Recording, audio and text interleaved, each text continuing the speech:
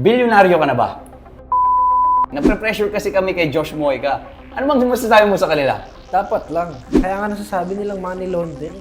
They say money laundering when they see a young kid earning this kind of money at a very young age. Is it a possibility in the future na tumakbo si Josh Moyka bilang presidente ng Pilipinas? It's possible. Ito yung gusto kong sabihin din sa mga tao dyan. Baka tingin nyo pag negosyante na live in the life. No. Sure ako kahit si Sir Ramon Ang, kailangan niya ng pera ngayon. Kahit magkano, kaya kong bayaran yan. Para lang mabuhay ang tito ko na yan. Kawin nyo yan. Galit si Lord sa tamad, tol. Kawi ka ang 13-4. Ang taong tamad ay hindi makukuha ang kanyang hinahangad. O ito, diretsahan, probinsya, magsasaka. Bigyan mo ng Ferrari yan. Ano yan? Wala lang eh, di ba? Nakuha mo na ba yung lisensya mo? Welcome back to the B2G podcast. I'm your host, Luis Ortega. I'm here with Zenilji. Okay, for today's guest, this guy needs no introduction. But if you're living under a rock at hindi mo pa siya naririnig, galit siya sa mga tamad. Okay? Kasi habang karamihan ng mga tao ngayon ay may mga TikTok brain na, iba tong taon to kasi pinili niya yung other side. He fought for discipline, consistency, and hard work. He is a multi-millionaire, an entrepreneur, the founder of Kangkong Chips, CEO of Social, a tech company, and also the co-owner of M-Cars.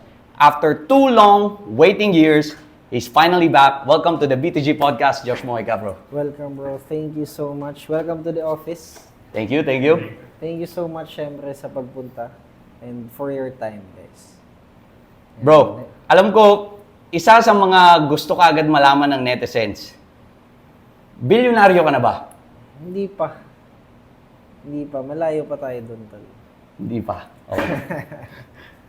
Just to clarify lang. Pero, Josh, nandito tayo ngayon sa Socia, Yes. sa office niyo sa BGC. Can you tell us more about Socia? Socia is my new company. So, it is newly built. Around 6 months pa lang. And Socia is, of course, one of the fastest growing startup here in the Philippines. We're proud to say that. Why? Because dito sa Socia, 5 months pa lang kami, pero growing 40 na ang developers namin here. Nice. And what we do is we custom build a software, a system, anything you need. So basically, we're also a business solution. And yeah, dito sa building na to, nandito na lahat. May Socia dito, sa kabila may marketing agency ako. Anything you need for your business, it's already here. Absolutely. Bro, before tayo mag-dive sa deeper topics into business, gusto ko lang mag-step back. May question ako sa'yo. Kung aalisin lahat ng titles, pera, fame, sino ba si Josh Moyka? Simple lang, tol. Batang may pangarap. And kung aalisin lahat sa akin,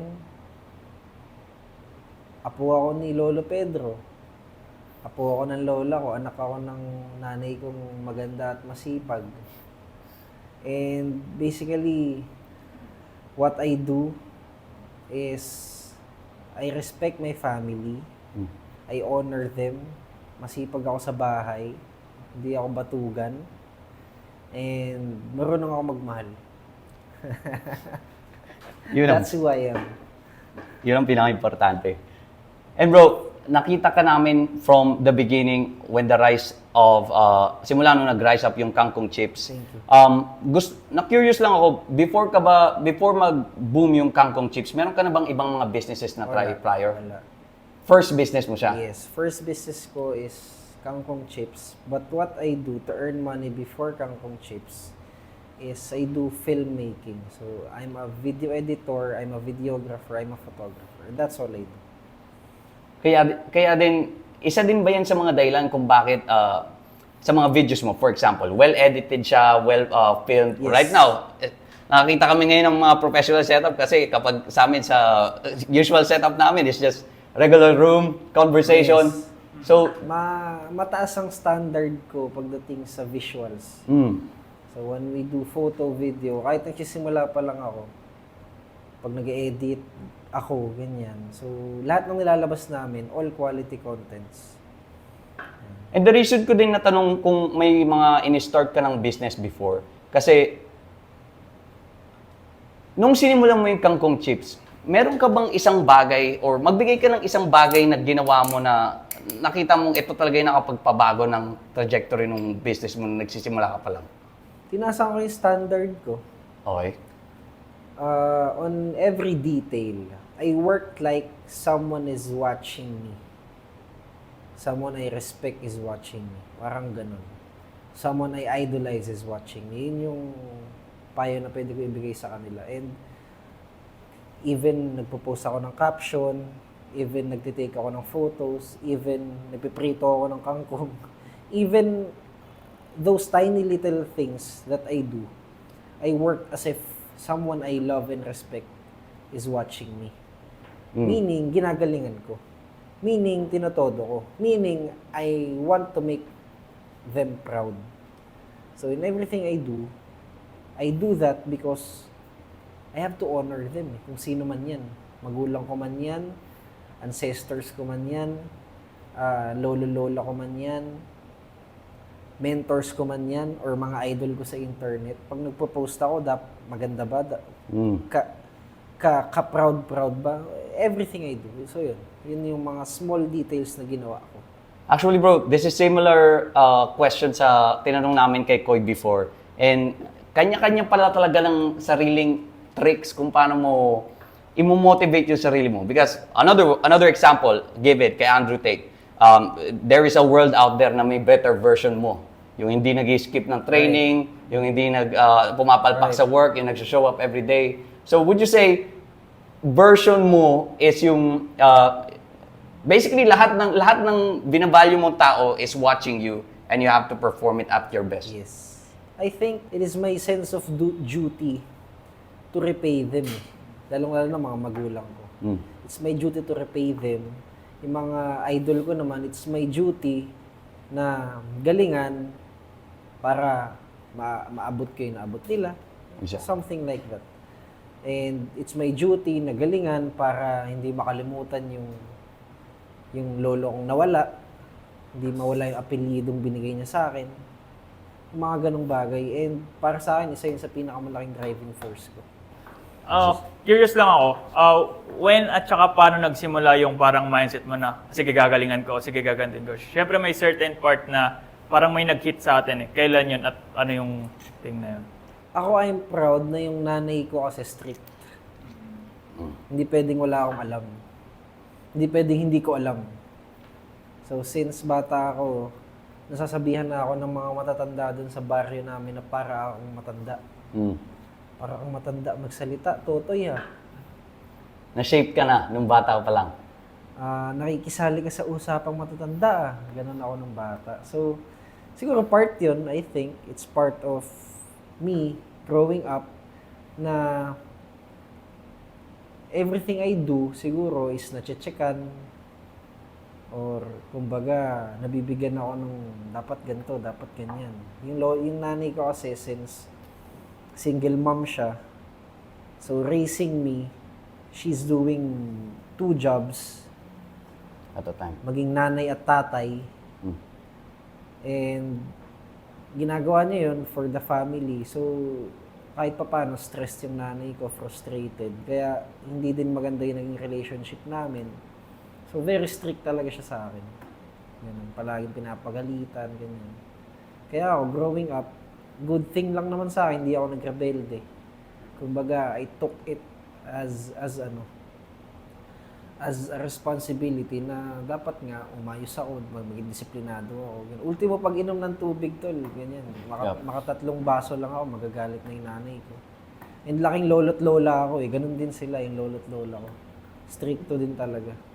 So I think yun yung dapat, that's what young men should be taught. The struggle, the pain. Pero tol, usually kapag nakaka-experience ako ng mga taong galing sila sa strict na parents, kadalasan talaga ang expected nila dahil nire-restrict sila, hindi sila pinapayagan sa ganito, ganyan. Kaya sila nagtatry, magrebelde, magtry magganto, tataka sa ganyan para mag-club bars. Bakit sa tingin mo hindi ka napunta sa ganong lugar or direction? maayos yung pagpapalaki, tol. And wala naman ako nakitang ganun eh. Tag-probinsyano ako, tol. Walang club dun. Monkey do, monkey that. Walang bar dun, tol. Pag nagrebelde ako, sa gubat lang ako pupunta. Makikita ko lang puno ng saging. So I think very important the environment mo. And wala naman kaming means eh. Like, wala kaming pera. So, pag nagrebelde ka, anong gagawin mo? Di ba? Wala kang pupuntahan eh. Well, at some point, umabot naman doon na naglayas ako, ganyan. Pero wala, nakita din ako agad. Kasi maliit lang yung lugar nyo. 3 oras na ako na wala, nakita din ako agad. Nandun lang ako sa kapitbahay. So, siguro yun. Pero, pinakamasasabi ko doon, I think, is takot sa magulang at sa Diyos. Yeah. Very important. As a young kid, as I remember, lagi kami nagsisimba. Lola ko kasi choir eh. So, naging choir din ako nung bata. So, kahit strict nanay ko, may Diyos eh. Diba? Hindi mo pwedeng, wala kang pwedeng gawing masama. Josh, gusto ko lang mag-step back a little bit. Nung nagsisimula ka pa lang, if we were to give an advice sa mga nagsisimula pa lang magnegosyo, are you a believer ng go deep and narrow, meaning start one thing and stick to it, or starting multiple businesses kasi may multiple income streams daw? The meaning of focus for me is focus on one course until successful. Focus. And yes, I believe na you do that one thing and you go hard on it until you became successful. And ginawa ko naman siya eh. Diba? I can do a lot of things since the very beginning. I became a millionaire at 17. After 6 months, I've earned that million na eh. Pero ba't hindi ako gumawa ng ibang bagay? Yep. Kangkong chips isn't cool. Diba? Knowing me. Na kilala nyo na ako, na maangas, ganyan. And KCO eh. Not KCO. Kangkong chips word isn't cool. KCO cool na yan eh. Pero yung kangkong chips lang mismo, nagsisimula ako na wala pang branding, walang marketing, walang kahit ano. Yep. Hindi astig eh, 'di ba? So dapat at least nagbenta ako ng ganito or buy and sell ako ng kotse, halimbawa, mas gusto nating lalaki 'yun. Yeah. Pero hindi ko ginawa. Kasi I believe and based on research, based on data, those people na naging very successful focused on one thing. Data yan, backed by data. And ako kasi, paano ako mag-isip, palaging backed by someone or something na proven eh. Hindi ako basta gumagawa ng kahit ano lang na bagay. Mula na nagdenegosyo ako, ganun na. So bro, is it the same principle sa kapag may plan A ka, never go for the plan B? Like hindi ka na nagplan ng B, C, D, E, F, G kasi you have to make the plan A work. You have to roll the dice and you have to get a 6. Yes, exactly. Sabi ni Andrew, di ba? Ganon. Yeah. Ganon ako. Hindi paano pag 1? Hindi 6 dapat. Yeah, exactly. Josh, bago tayo mag-deeper, gusto kong mag-move sa different topic about Young Kings dahil ang podcast namin ay Boys to Gentlemen, Right. also known as B2G. Pero bago tayo mag-deep dive sa mga questions doon, may tanong lang ako. Nakuha mo na ba yung lisensya mo? Secret. Actually, tapos na yung 3 months. Yes. Okay. And in the process na. Okay. So malalaman nyo lang pag nakita nyo ng nagda-drive si Josh. Abangan. And Josh, almost yung mga the masculine space or the yun sa mga lalaki dito sa Pilipinas, it's just a small circle. And nagkatagpo na din tayo ng mga peers before, like Frank, mentor mo, Ace, marketing mo, etc. And then, at one point, meron akong narinig where yung mga younger generation daw, ang sabi palagi ay, napre-pressure kasi kami kay Josh Moyka. Ano bang masasabi mo sa kanila? Dapat lang. Dapat lang ma-pressure kayo. Well, pressure makes diamonds. Di ba? Exactly. And for me, kaya ako lang naman talaga ginagawa to lahat, internet na to, of course, for the business, just to be frank. Pero, one thing is, para ma-motivate sila. Diba? Kaya ako pinapakita lahat yan. Para wala kami tinatago. It's part of our marketing strategy. Curious lang ako. All open. paano mo like kina-handle naman yung mga like bashers from TikTok? Ang dami kasi nila eh. Like as you, parang paano mo siya na-handle? I Like, don't. Hmm. I don't handle them. And also, I play. I just play with them. Yun lang. Pinaglalaro nila yung comment section. Nagtitrip sila doon. Para sa akin, nagtitrip lang sila. Hindi naman sila nag-iisip ng tama eh. Diba? But naniniwala ka din ba na yung mga haters, wala dun yung mga parang nanggagaling sa taas? Like, no one will hate you from the above. Of course. Proven ko yan, Tol. Proven ko yan. If you hate me, that means I'm above you. Hmm. And, well, yun naman talaga, di ba? Ang mga hari nga, wala naman silang hater na na hindi above sa kingdom nila eh. Di ba? Ibig sabihin, nasa baba lang yan. And I believe na those haters, kumbaga para sa akin, taga-check ko lang din sila eh. Siyempre, nagbabasa din ako minsan. Yup. Kung tama pa ba ginagawa mo, may punto ba tong taong to. Yup. Pero most of them naman wala eh.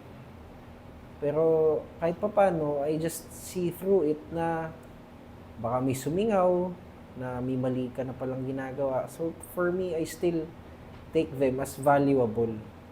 Diba? Valuable yan sila. Kahit na hate ka nila, okay lang yan. Part of life. The world is black and white. Diba? Yin and yang. It's 50-50. Hindi mo pwedeng pagbaligtarin yan. It's 50-50. May manghihate sa'yo, may kakampi sa'yo, and that's okay. That's just life. And ang kailangan mo lang gawin as a businessman, as a social media influencer, if you want to become famous, if you want to become successful here on the internet space, all you have to do is do your purpose. Just do your purpose, go with it, make sure that you leave a positive impact, and huwag ka nang magpaka-hurt dyan sa mga basher na yan. Yun talaga yun. Pag may gusto sumikat na lumalapit sa akin, gusto ko sumikat, yun lang pala yung tinatanong, kaya mo ba? Kaya mo ba ang haters? Kasi pag may hater ka na, sikat ka na yan. Pag marami na, sikat ka na talaga. And kapag nanu-news ka na, ibig sabihin, kahit pa paano, may laman na yung ginagawa mo or yung voice mo. Kaya ka nga chinecheck ng mga tao eh, di ba? Ayaw mo nun, may nag-check out sa'yo. Yup. Di ba? May nagko-comment sa comment section. Ayaw mo nun. Okay lang yun. And bro, similar din sa naging quote na narinig ko kay Alex Hormozy, na kung gusto mo talagang mamuhay ng exceptional life, tanggapin mo magiging exception ka sa mga ibang tao. Hindi ka magkakaroon ng average na result. Wala naman sila, yung mga normal ba na tao, may mga bashers. Kung gusto mo maging exception, kailangan mo maging, wag kang maging standard ang mga normal people. Eh. Correct. Totoo yun. And Josh, minsan ba, nagiging self-check mo na din kung ginagawa mo din bang feedback yung mga comments na nakikita mo sa social media? Yes. Totoo. Ginagawa ko yun palagi. Kasi nga baka nga may sumisingaw na sa'yo eh, hindi mo lang napapansin. So para sa akin, the perfect term is sila ang konsensya ko. Kapag above 90% na ang hater, tol, ang samang tao mo na nun. Diba? Pero kung below 50, well, you're still May mga doing nakakaintindi good. pa din. Oh, you're still doing good. Yeah. And most importantly, alam mo naman kung sino ka eh. Sinasabi ko nga, na-produce namin contents sa TikTok, 100. Excuse me. Isang daang video lang yun, tol. Pag sinamo mo yun, worth 7 hours siguro, pag binge watch mo lahat yun. Isipin mo yun, 7 hours lang ng buhay mo yung nailabas mo sa internet. Yup. Ganun na kagad yung nasasabi nila. Out of 365 days, thousands of hours, 7 hours lang yung nakita nila. O paano yung another, hindi pa nga kasya na isang buong araw yung 7 hours eh, di ba? Exactly. So wala, hindi talaga ikaw yun. Hindi yun ang kabuang ikaw. Baka pag na-meet nila ako, may paborito pa nila ako eh. Exactly. And bro, gusto kong mag-touch back sa original question ko. Pero sa tingin mo ba, yung mga kabataan ngayon, ligaw ba sila or sadyang napre-pressure lang sila hanapin yung purpose at a young age? Dahil nakikita ka nila. That's a really good question. Para sa akin, most of the most of the younger generation right now are not lost, but they are distracted because of the internet, because of the news, because of the issues, because of the freedom of using their mobile phones, their laptops. And yun yung nagiging daan para makapasok ang evil. Para sa akin, evil yan eh. Yung phone na ginagamit sa masama, ginagamit para hindi makapag-focus sa mga kabataan. Yung mga news na nagpo-post ng very controlled na contents para ma-fuel yung mga utak ng mga kabataan na ganito dapat hindi ganito. Yeah. Pinupush yung narrative. Yes, that's wrong eh. And kung bata ka at wala ka namang pake sa kino-consume mo, you'll get lost. Number one thing yan, know what you should consume. Kung ano lang pinapasok mo dyan sa kokote mo, alamin mo lang. Kahit nga sa magulang mo eh, kung ano lang yung sinasabi nilang tama, yun lang yung sundin mo. Di ba, mamaya kasi pinayuhan ka ng magulang mo na enjoyin mo lang yung kabataan mo. Yep. Mali yun. Di ba? Why? At some point, kaya sinasabi ng mga magulang mo yan, kasi sila nag-quit. Kasi sila, hindi nila nagawa. Pero kung nagawa nila, at totoong nagawa talaga nila, At a young age pa lang. For sure ang ipapayo niyan, nak, ngayon pa lang, galingan mo na. Yep. Ngayon pa lang, magpaganda ka na ng katawan, mag-build ka na ng network, ayusin mo na yung pagsasalita mo, matuto ka ng morals, ng manners. Ngayon pa lang, aralin mo na ang Bible. Ngayon pa lang, magnegosyo ka na. Yep. Ngayon pa lang, galingan mo na dun sa trabaho mo. Para pagdating ng ganitong edad, okay ka na. Yep. And bro, I've heard similar patterns dyan sa sinasabi mo exactly from the successful entrepreneurs. For example lang si Frank, nung nagkwento siya about sa pagkabata niya, ganyan na din daw siya pinalaki ng mga tatay niya eh. Right now, you're meeting a lot of people, a lot of successful people. Would you say na pag nakilala mo sila, makikita mo from at a young age pa lang parang nahumog na talaga sila from into a success, ganon? Some don't, and ako naman hindi. Ang sinasabi ko lang part na nahubog ako is yung kastriktohan ng nanay ko. Pero when it comes to money, when it comes to business, when it comes to life really, Yeah. nothing much for me. Yung may mga factor lang talaga na matututo ka or idadalin ka nung mga factor na yun nung childhood mo para mapunta ka dun sa greater version of you. And swerte yung mga taong ganun actually. It's not something na, it's a blessing, kumbaga. It's not something na, alam mo yun, madali i-instill sa bata eh. Yeah. Kasi ang bata, until 7 years old, pwede mong instillan niya ng sagad eh. Tapos after nun, siya na mag-iisip. So, okay na factor kung nagawa yun. Pero kung hindi, madami akong kilala tol na galing sa lansangan, galing sa ilalim ng tulay, nakatira sa squatter. Pero ngayon, billionaire na. Dami Nag-decide sila magbago. So, hindi talaga eh. I think it's faith eh. Naniniwala ako sa faith and naniniwala din ako na ngayon pa lang, alam na ng Diyos kung saan kanya dadalhin eh. Lalo na kapag araw-araw nagsisipag ka. And also, it's for you to decide your faith. Yep. And bro, this is a bit controversial, pero sinabi to ni Donald Trump, there are people born to be winners. Would you say the same? Totoo yun. That's very true. Kasi hindi talaga lahat mababasag yung basta madami na ako tinry tol na basagin nila. Yep. Ayaw nila basagin. And I think it's just how life showed them what's capable or ano pa ang pwedeng ipakita sa kanila ng buhay, hindi naturo sa kanila. Tingin ko ganun. And pag nangyari yun sa'yo, wala na. End game na. Unless ko palagi. Unless, ibagsak ka ng todo. Rock bottom. Pero kapag nakakakain ka naman, kahit papano, Hindi ka tapos punipuwersa eh. sadyang kampante ka lang talaga. Wala kahit anong pilit ko sa'yo, kahit bigyan pa kita ng pera, Yeah. pang simula ng kung ano mang negosyo. Kahit na-motivate kita araw-araw, makinig ka sa akin, wala. Hindi talaga. Madami akong kilala tol. And those people, wala na, unbreakable na yung ano nila. Yung pagkakampante nila. Sabihin, hindi sila winner, hindi talaga sila mananalo kung gano'n. Josh, leaning onto that topic, ano namang masasabi mo sa other side? Younger generation, paano naman yung mga older generation na nagsasabing, masyado nang late eh. Start pa ba ako? 30 na ako eh. Parang late na ako eh. No. Mga ganun. Kung makikinig kay Gary V, wala, putya, kahit 60, kaya pa niyong ipanalo. Ganun yung mindset ng lalaki.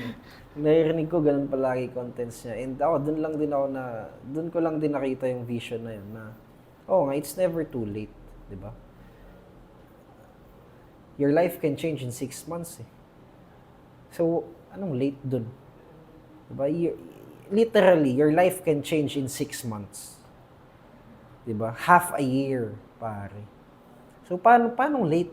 Anong sasabi mo dyan? Exactly. Diba? May millionaire nga ng 15 eh. May millionaire ng 16 years old. Walang pinagdaanan, walang experience. Boom! Pagising mo, millionaire ka na. May mga ganun ha. Yep. Diba? So, it's never too late. And bro, just to add as well, owner ng Binance, yung Chinese, 14 na yata siya nag-start nung in-start niya yung Binance eh. He was just a 9-to-5 worker. See? So, I think it's just, kailangan mo lang paniwalaan siguro. Pag di ka naniniwala, baka hindi gumana. Pero Josh, ito, meron kang isang post na nagalit yung maraming tao. Babasahin ko siya word for word. G, if you're still broke at 25, it's not your parents. It's your fault as a man. Move. Bigyan mo nga kami ng context behind this post. Kinabi-paste ko lang yan. Hindi, 30 yan eh. 30. 30. Edit, kailangan lang i-edit yun. Hindi, 30 nga yan, dun sa kinapi-paste ko. Sabi ko, tagal naman, Tagal. 30 pa. Bigyan natin ng pressure itong mga to para gumalaw. Tatamad ng mga bata ngayon. Dapat 25, kahit 25, mayaman ka na, okay na yung buhay mo, nabigay mo na yung tama sa mga magulang mo, yung deserve nila. Binabaan ko, ginawa akong 25, talaga namang pressure na pressure yung mga tao. Naratel sila. At least alam ko na pag nagsalita ako, Nagkaka-impact. Oo, nagkaka-impact sa kanila. And well, ganun naman talaga dapat. Yep. 'Di ba? So, for me, wag niyo siyang i-take na parang ganito dapat. No. Broke sabi ko, 'di ba? Broke. Pucha tol, 25, di ka pa din makagawa kahit 20K a month. Kung nakipapanood mo naman ako, nag-i-internet ka nga eh, nag-Facebook ka nga eh. May time ka nga mag-scroll eh. See? Huwag niyo sabihin sa akin, paano naman yung mga nandun sa laylayan talaga? Tol, baka hindi na nila nakita yung post. Para sa'yo yan kung nakita mo man. Nakita mo yung post ko, nagalit ka. Bakit? Tamad ka ba? Diba? Wala ka talagang gagawin. Broke ka talaga until 25. Damn. Exactly. Diba? Damn. Plus, kung may ginagawa ka naman talaga sa Ba't sarili ka mong buhay. magagalit? Exactly. Diba?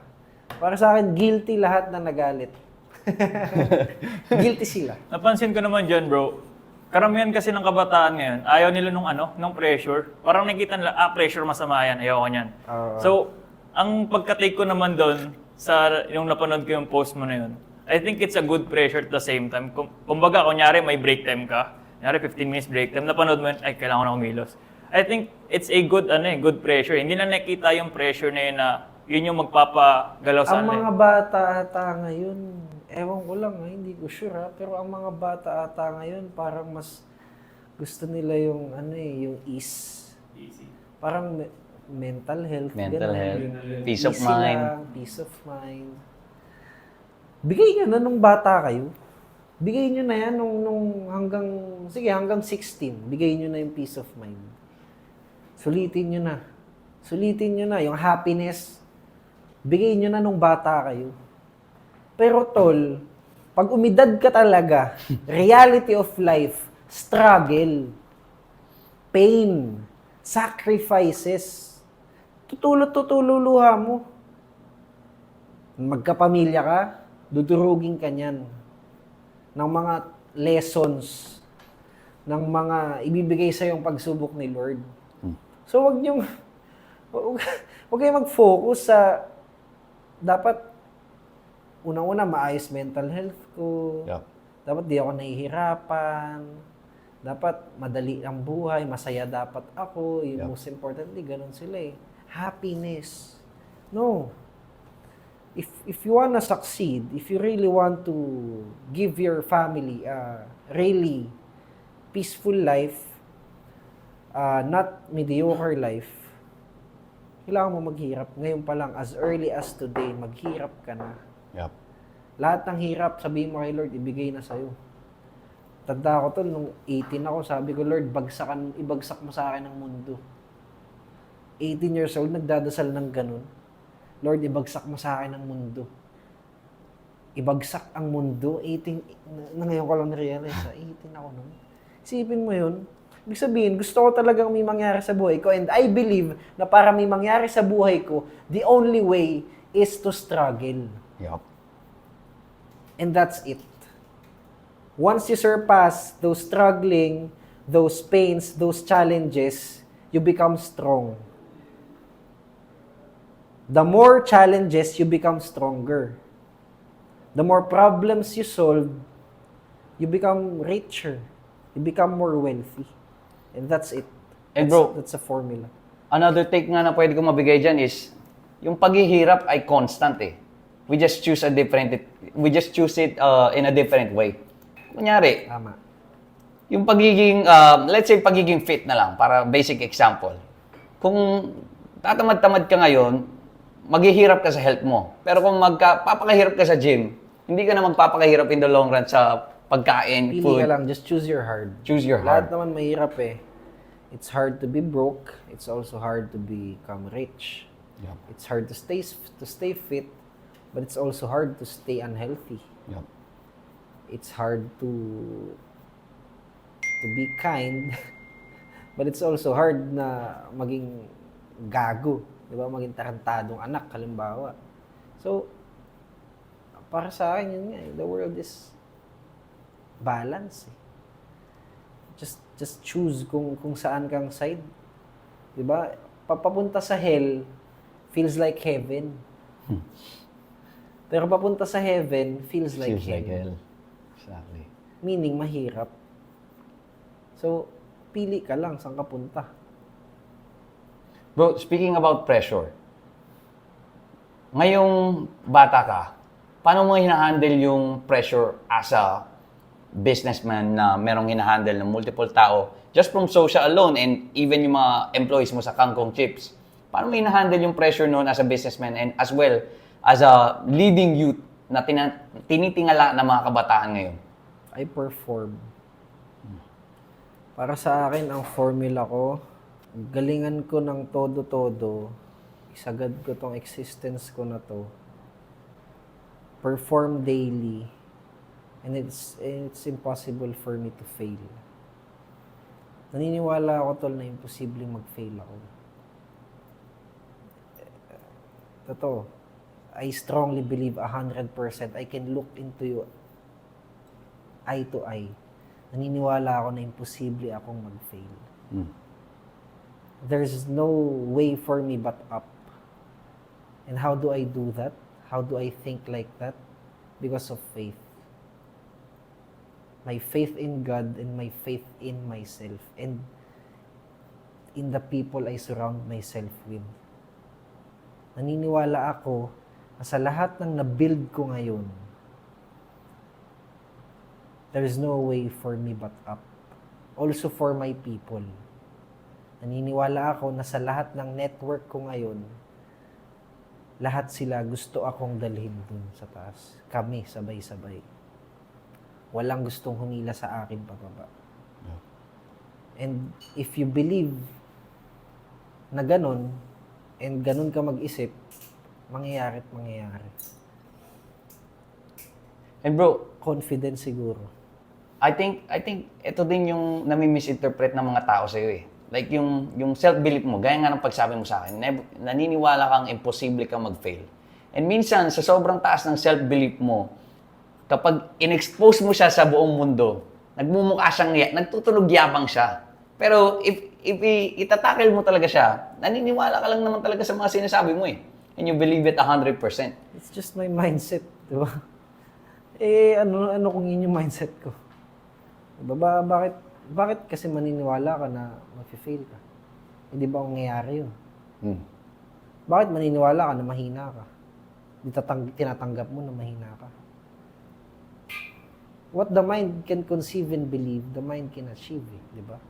Sabi ni Napoleon Hill. So, ba't mo nga naman iisipin yung mga bagay na hindi mo naman gusto? Basic eh.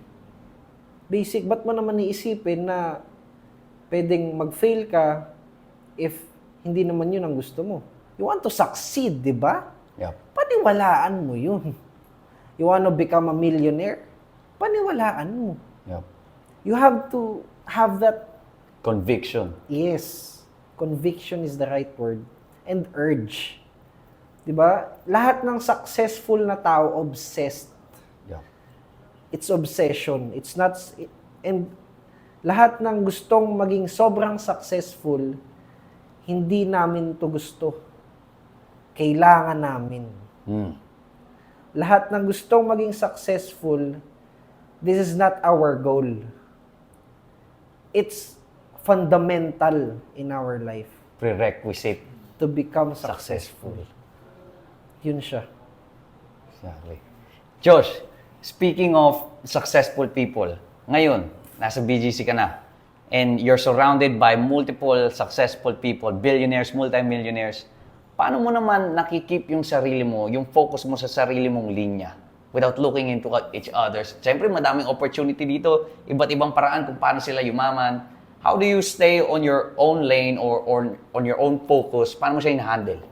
First of all, daily, I meet clients, I meet millionaires, I Yep. meet billionaires. Tama yung tanong mo. Ganda ng tanong mo. Ganda niya. Araw-araw, syempre, may nami-meet ka. Iba-iba. Galing yumaman ito sa ganito. Yep. Mali pala ako industriya. Di ba? Minsan ganun. Minsan ganun, di ba? Yung pera, absurd. Mali pala ako industriya. Kumikita ka dyan ng ganito, ng ganyan. Ang laki ah. Tapos ganito lang ginawa mo. Dat pala ganyan na. Di ba? May mga Yep. ganun. Discipline, pare. Discipline. And though I do other things, yes, to earn. Yeah. May mga ibang paraan, may mga iba akong ginagawa, side hustles. But I never forget to go back to my baby. Yeah. Diba? So, lagi mo lang alagaan. Tingin ko yun lang naman ang requirement. It's not na parang dapat wag ka talagang gumawa ng iba. It's not na dapat dito ka lang talaga. Pwede, you can try other things. Especially naman kung stable naman na yung business tapos okay na. Yep. Diba? Gumagana na kahit wala ka, automated. Yep. Okay lang mag-try ka ng iba. Wag mo lang iiwanan. Wag lang sa hanggang hindi ka na niya love. Gets mo? Wag lang sa hanggang tampo na siya. Sa akin ganun lang, basic lang. 'Di ba? KCO is there, may sosya ako ngayon. Yep. I'm focusing in building this one. But I make sure na kapag may ginagawa akong malaki kay sosya, pag gumalaw ako dito sa kabila, tol, sabog talaga, bigla. Yep. Ganun ko siya ginagawa. Iwan ko si KCO ng 5 months. After, on the 6th, biglang magla-launching ako ng KCO UFC sa SM. Tagal mo na wala. So, ganun ko siya. Actually, yun yung nangyayari ngayon. Ganda ka ng Yep. tanong mo. Very, kung ano talaga nangyayari sa akin. Yup. And lagi ko din yan internally, I think of that. Ini-internalize ko siya palagi. And bro, gusto ko lang magbigay ng disclaimer kasi syempre baka pulutin ka agad nila in plain text yung sinabi mo. Pero during the beginning ba, nag-diversify ka kagad or you No. really focus on one thing? Kasi kailangan natin silang bigyan ng disclaimer. Totoo. Tama yan. Na on the first 3 years, wala akong ginawang iba. Nag-try ako gumawa ng iba, nagtampo yung KCO, bumagsak. Nag-try ako mag-clothing, nandun ko nakalala si Frank. Yup. Tapos yun, SMX. nagkagulo-gulo yung KCO. Nag-crumble siya. Tapos bang, nawalan ako ng sales nun. Kasi parang 4 months. 4 months lang ako nawala nun, 3 months. Yeah. Not necessarily na nawala, pero focus talaga ako sa clothing ko nun. Kasi, di ba nga, hindi nga kasi astig. So, gumawa ako ng astig. Yeah. Clothing ako, damit-damit. Wala eh. Hindi naman siya gagana pag wala ka kasi mawawala yung soul. Soul is the most important or essential component dun sa business eh. Soul, yung kaluluwa ng negosyo. Benta ko ngayon yung KCO for 1B. Yep. Pag may bumili man yan, for sure, i-hire din ako nun eh. Kasi ako lang yung may kaya. Maintain the culture. Yup. Yup. So soul, mahalaga yan. And Josh, meron lang akong, I would interpret soul as also being passionate eh, sa baby mo. So, meron lang akong tanong,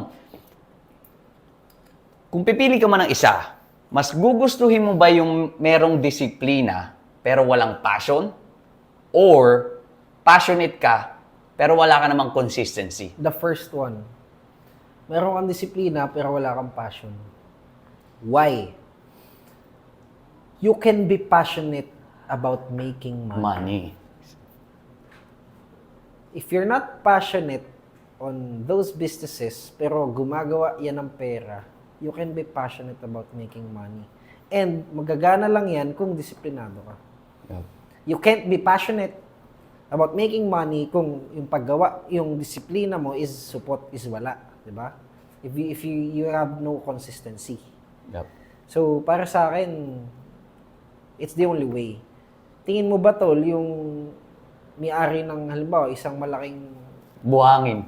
concrete plant, Paki sa buhangin. 'di ba? Wala naman siyang paki maghalok ng semento eh.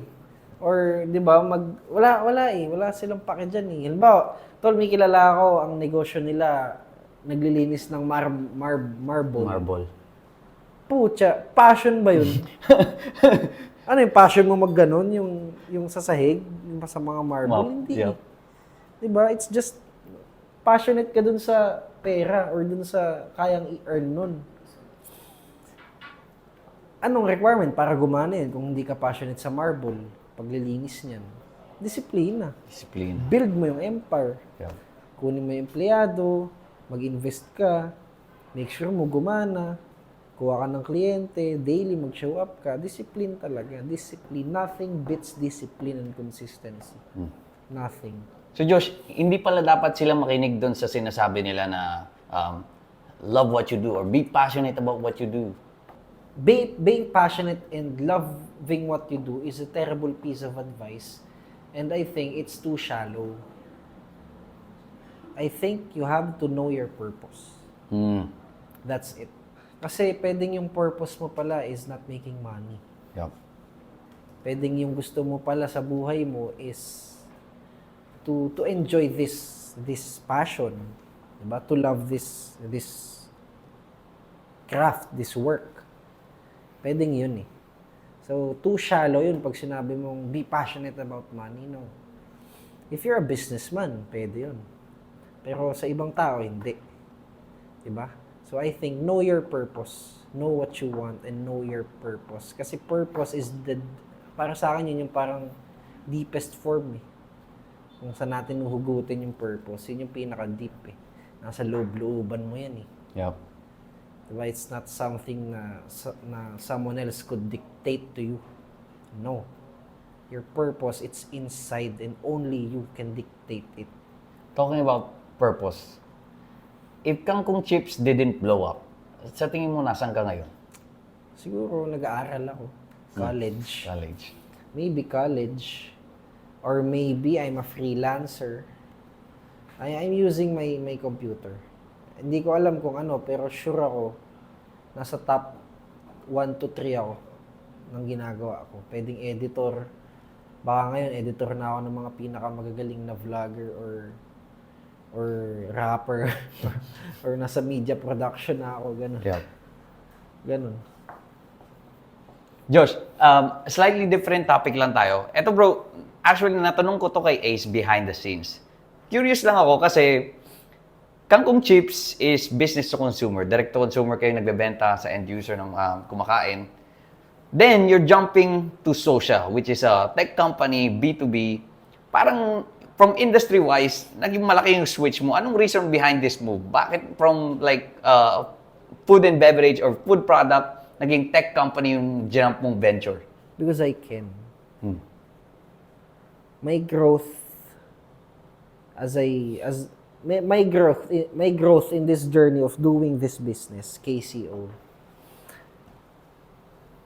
becomes so inevitable na lumaki talaga yung nalalaman ko, lumaki talaga yung network ko, lumaki talaga yung mga kaya kong gawin, and mga industries na na-check ko, na-check out ko, kumbaga. And nung nagkaroon na ako ng capability na magkaroon ulit ng bago, it's something na hindi mo na kailangan pang, alam mo yun, hindi mo na kailangan pang pag-isipan kasi nga, alam mo naman yung gagawin. And you're capable of doing it. And luckily din, I've met these partners na tumulong sa akin para maging makulayan itong industry na to or journey na to. And yun lang yung sagot dun because I can But ang laki ng switch, nagbebenta ka lang ng kangkong. Yup. Tapos biglang naging Tech tech ka company. ngayon. Kaya ko Kaya ko at ngayon gumagana. Yep. 'Di ba ngayon, million company na din. And yung sinasabi kasi nilang nagbebenta ka lang ng kangkong, they can't imagine kung anong natutunan ko, anong nabigay sa akin yung pagbebenta ko lang ng kangkong na yan. Hindi nila may imagine yun. Exactly. Kung ano nangyari sa buhay ko sa pagbebenta ko lang ng kangkong na yan. Kung sino yung mga nakilala ko sa pagbebenta ko lang ng kangkong na yan. They can't fathom that. Kaya nga nasasabi nilang money laundering. Diba? So, they say money laundering when they see a young kid earning this kind of money at a very young age, which they can't understand. For me, bro, that's just scope Hindi nila matanggap Maybe. Exactly. And bro, isa din to sa mga masasabi ko kasi, would you say, nasabi mo kanina, 3 years ka nag-focus sa isa. Then right now, nakita mo kagad yung growth ng social along the way. Would you say na factor din to where you, Exhibit A, Josh Moy ka na Kangkong Chips, mag-isa lang siya. Where to social, Exhibit B, tatlo na kayong nagtutulong-tulong para buuin yung company kaya yung growth niya ay mas mabilis. Would you say? Yes. If you wanna go fast, go alone. If you wanna go far, go together. And bata pa lang ako, alam ko na yun. On this journey of KCO, yes, at first, I go fast, I go alone. And we grew. Magsama tayo ng tao. To 50, to 100, to 200. The core from 1 to 3 to 5 to 10. Yung journey ko sa KCO. Start another business venture. What should you do? Partner. Why? May isa akong baby. Kailangan ko alagaan to. Diba? Pag lumipat ako dyan, tas mag-isa lang ako, alam ko na yung pagdadaanan ko. Yup. Gets na, mahirap. Diba? Wala namang madali, lalo sa umpisa. So, kung yun pala ang formula, lahat ng umpisa mahirap, ba't di tayo magtulungan? Yun yung ginawa namin. Josh, may isa kang nabanggit kanina. In business and in life, how important is speed for you? Speed is very important. When you lack of speed, you go down. That's the only way to go down Pag mabagal ka. Also, kapag nagmamadali ka. So, saan ka lulugar? Di ba? Yep. Well, you have to know what you're doing and you have to use speed as an advantage. And para sa akin, bata ako, kaya ko talagang bilisan. Bakit? Walang mawawala sa akin. Unang-una, bata ako, kaya ko magpuyat, kaya ko makipagbakbakan ng trabaho, kaya kong gawin to, gawin yan at the very same time. Kasi nga, bata ako and I have my peak performance and my peak energy right now. Yep. Siguro not peak performance, siguro 30s pa yan. Pero ngayon, peak energy. So, mahalaga ang speed. Kasi pag wala kang speed, most likely, yung mga bagay is hindi mo agad masolusyonan, hindi mo agad maasikaso, hindi mo agad magawa ng paraan. Basically, kapag wala kang speed, hindi mo agad nakakana. Business and in life, in relationship, same. Diba? Solusyonan mo agad lahat ng bagay. Mag-away nga kayo ng girlfriend mo. Or may mangyaring mali, masama. Pag hindi ka gumalaw or parang, 'di ba, hindi mo ginawa ng paraan, mag-fall down lahat eh. Ganun naman 'yun eh. 'Di ba? It's the only way. Asikasuhin mo. Yep. So yung mga mabagal umasikaso diyan ng trabaho, ng negosyo, ng relationship, even friendship, mabagsak. Ganun lang 'yun. Exactly. Bro, eto, magja-jump lang ako ng different topic dito. Pero recently, kumalat ang mga flood control issues. And nakita naman natin yung epekto sa pagbabaha dito sa Pilipinas. Ano yung nakikita mong role mo during these situations as an entrepreneur? Sa flood, saan? Sa baha o dun sa mga orap? Well, yung flood control, di inayos kaya ang resulta nagkabaha. Doon sa mga baha na lang. Sa mga baha na lang. Mga baha na lang. Well, sa mga baha, what we have to do is support kung ano yung kailangan, di ba? Lalo na if you have the means to do it. And I preach that. Nahihiya na lang ako minsan na magbanggit pag may mga ginagawa kaming charity, pag may mga, kasi feeling ko kasi, kumbaga, it's my duty naman eh. Yeah. And I hindi ko na kailangan sabihin yun. Pero, part of it kasi is yung maka-influence ka ng mga may kaya din. Awareness, yep. Nakakainis din kasi kapag yung may mga walang pake. Kasi ako naranasan ko yun eh. Tol, gawin natin to, tulong ka. Yep. Walang pake. Diba? And ganito lang yung ginagawa. Diba? So, ako, gusto ko talaga lahat ng manghingi ng tulungan. Hanggat kaya. Yeah. Josh, may straight question lang sa'yo. Is it a possibility in the future na tumakbo si Josh Boyka bilang presidente ng Pilipinas? Wala. No, it's not possible. It's possible, but I don't want to. I don't want politics. I just want to do business. I just want to help people. Siguro, philanthropist pagdating ng panahon. Billionaire, playboy, philanthropist. Tony Stark. But not politics. Exactly. Josh, let's dive deeper into a lighter topic lang, money and lifestyle. Pwede mo ba kaming kwentuhan? Ano yung istorya kung bakit mo binili yung Porsche? Kasi may mga napanood akong clips kung saan nagsiselfone ka lang, binili mo yung Porsche out of nowhere. Pero anong storya behind it nung pagbili mo ng Porsche mo? Wala lang. Wala lang. Nakita ko lang siya. Ang ganda nito ah. Nakita ko sa marketplace. Tapos, wala. Binili ko lang. Trip ko lang. Kasi, yearly talaga bumibili ako ng kotse. That's the story. So, every year, may one car akong kailangan bilhin. Sa sarili ko, yun ako eh. Reward.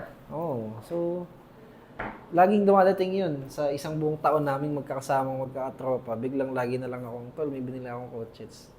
Ganun. Yun lang. Ganun na ako. So meron ba kaming aabangan na kotse mo niyan next year? Depende. Tignan natin.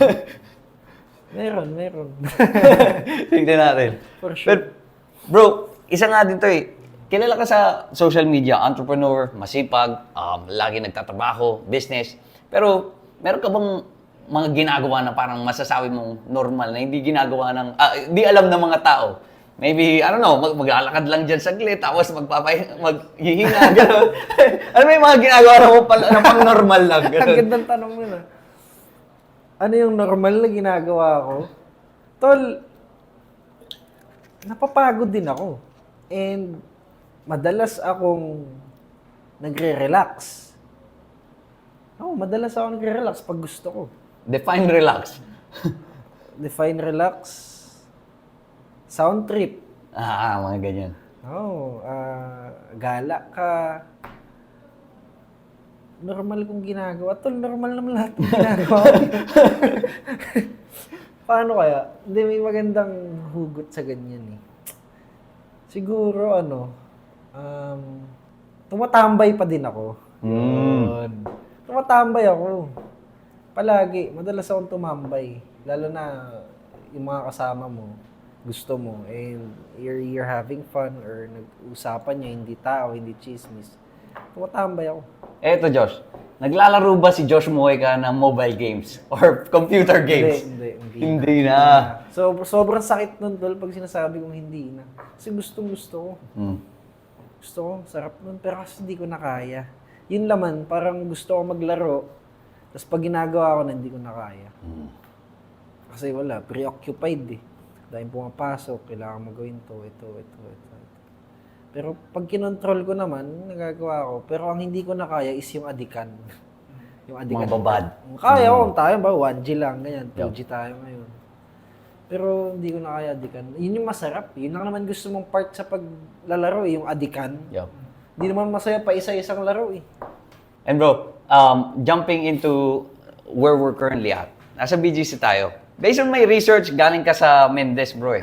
Tapos, now na nakatira ka na sa BGC, pwede mo ba kaming bigyan ng mga first things na na-notice mo kaagad sa change of environment, people na nakapaligid sa'yo dito, mga tao na nakatira dito, ibang mga millionaire, maybe may dadaan kaagad dyan na naka-Ferrari bigla, naka-Lambo. And ano kaagad yung mga na-notice mong changes sa paligid mo nun? Dito, walang peace.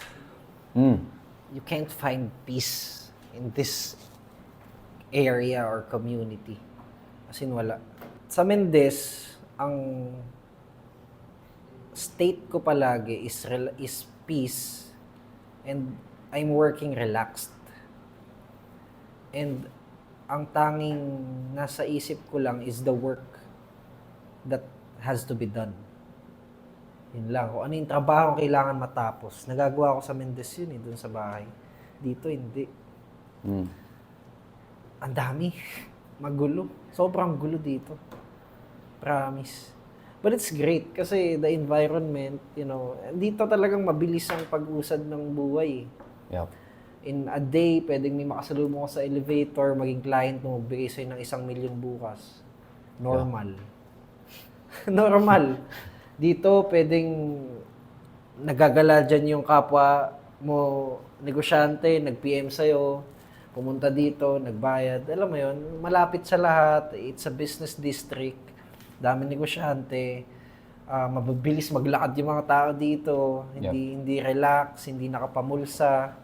Konti lang yung naggagala kapag Monday to Friday. Exactly. Kasi lahat working, lahat business people, lahat may gusto ma-achieve sa buhay. When it comes to province, doon, kung ikaw lang yung hustler, iba energy mo doon, di ba? Pag lumabas ka ng bahay, alam mong ikaw lang yung angas ko, ako lang yung kagawa ako ng 10K ngayong araw. Pag kausap mo yung mga tambay mo pa doon. Di ba? Tapos sila, wala silang ginagawa. So yung level of confidence mo doon, iba dito, may 1 million kami today, tapos makasalubong mo yung CEO bigla ng dyan, tapos mayaman din. So dito, full peer pressure. Nakaka-humble ka din. Nakaka-humble ka din. Oo, tol. Pumunta ako dito, humble na ako. Sa bahay, doon sa Mendez, yung kotse ko, bomba lang ako ng bomba. Dito wala, bite ko lang, nakapark lang dyan, hindi ko na masyado ginagamit. Kasi mapapatrabaho ka talaga. Yun naman dito, wala masyadong pahinga. Kaya nga, masarap din talaga balikan yung yung probinsya. Kasi nandun yung focus eh. Yun. Nandun talaga yung focus. Dito, yun lang. Basically, walang focus dito masyado. Kailangan lang talaga disiplinado ka, alam mo ginagawa mo. Pero pag gusto mo focus, wala, hindi mo kakayanin. Pero nakikita mo ba siya as good pressure sa'yo na, kailangan kong gumalaw ngayon? Parang gano'n. Nakikita mo rin ba siya as good pressure? Oo. Palagi. Lahat na nangyayari sa buhay ko. Pero tol, when it comes to ito, honestly, ngayon ko lang na-realize sa tanong mo, napipressure pa ba ako? Hindi na. Would you say, kung yung environment mo din kasi is parang mas matitindi pa yung pressure niya. Kasi kung imagine ko, man nakamit kang CEO ng malaking company, CEO ng Hyatt, for example, siyempre, maintindihan ko din yung intensity ng stress na dinadala niyan eh. Compared to just me na magiging maliit bigla yung ini-stress kong mga bagay. Would you say na factor din yung mga nakapaligid sa'yo doon talaga? Galing mo. Galing mo. Tama. Alam mo ba't di ako napipressure? May mga kilala ako, mas malalaki problema eh. Tol, lahat na negosyante kailangan ng pera. Baka ito yung gusto kong sabihin din sa mga tao dyan eh. Baka tingin nyo pag negosyante na live in the life. No. Sure ako kahit si Sir Manny Villar, kailangan niya ng pera ngayon. May problema yan, kailangan niya ng pera. Si Sir Ramon Ang, kailangan niya ng pera ngayon. Sure ako, tol. Ikaw, kailangan mo ng pera. Siyempre. Hindi gusto ka gawin, di ba? Hindi mo magawa. Oh. Lahat tayo dito, lahat na nagne-negosyo, kailangan ng pera. Ibig sabihin, pressured. May pressure. Kung yung working 9 to 5 dyan, kailangan nila ng pera, Mas kailangan namin ng pera. kami din. See? Kung yung 9 to 5 may utang, Mas malaking utang ang business owner. mas malaki utang ng nasa top 10 billionaire dito sa Pilipinas. Exactly. Hindi nyo alam. Search nyo. Aralin nila. Ito gusto ko din ilabas. Yun kasi inaaral ko palagi eh. Debt. Search nyo ang debt. Robert Kiyosaki. Akala nyo, sobrang yaman naman ito. Billion utang yan. Hindi mo lang alam. Pero bro, maybe hindi natin alam kung ready na yung mga tao. Pero may difference din kasi between the good debt and bad debt eh. Diba? So, pwede mo ba kami bigyan ng context doon para sa mga viewers ang good debt na try mong aralin or ide-aim mong gawin? Good debt is invested in assets. Bad debt invested in liabilities. That's it. Pag hindi nagbabalik ng pera sa'yo, it's a bad debt. Yeah. Pag hindi ka bibigyan niyan ng better future, it's a bad debt. Basically, ganun lang. To explain. And a good debt is something na, unang-una, hindi magpapadali ng buhay mo currently. Yun. Good debt yun. In the future pa. Sabihin, invest mo yan sa tama, sa kinabukasan. Ang bad debt, nagpapadali ng buhay mo yan currently. Exactly.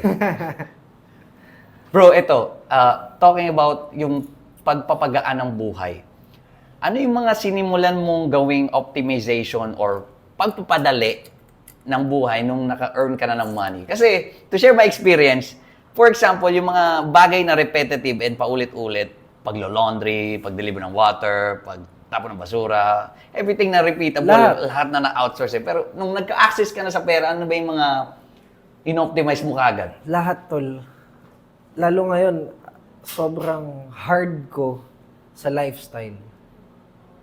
Sobrang very strict, very hard. Ang nasusunod gusto ko. As long as I can control everything right now, I will. Kasi pinipilit kong pasukin yung pinipilit kong pasukin yung lifestyle na gusto ko. From the moment I wake up to the things I want done for me. From me at my condo going to my office, what I want happening pag nangyari na to, anong gusto kong ilapag mo dyan ka ba?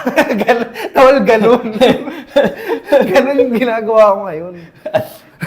Nagiging magic siya ganun na, bro. Yung tipong kinocurate ko talaga lahat. Yup. Anong gusto kong relationship with my friends?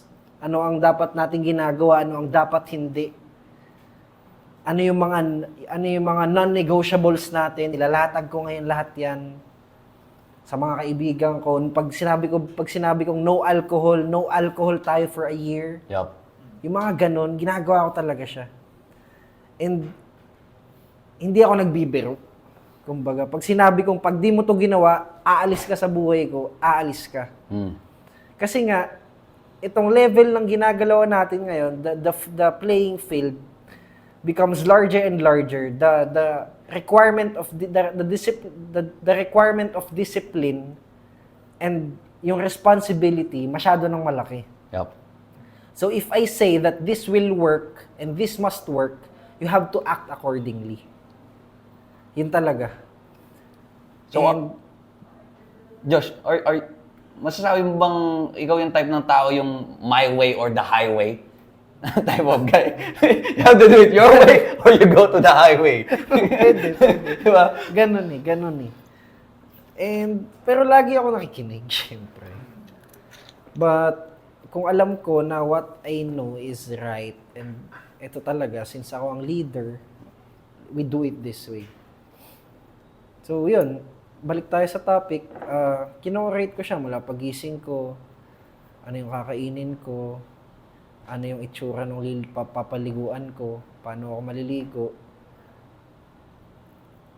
tuwing kailan yung towel pinapalitan, tuwing kailan yung punda ng unan pinapalitan, tuwing kailan nagpapalaundry, ano lang dapat yung ginugrocery, ano dapat kotse ang sasakyan ko papuntang condo to office, from how I want the people around me to act, na dapat hindi tayo ganito, dapat ganito tayo, dapat di tayo pumupunta dyan, dapat dito lang tayo.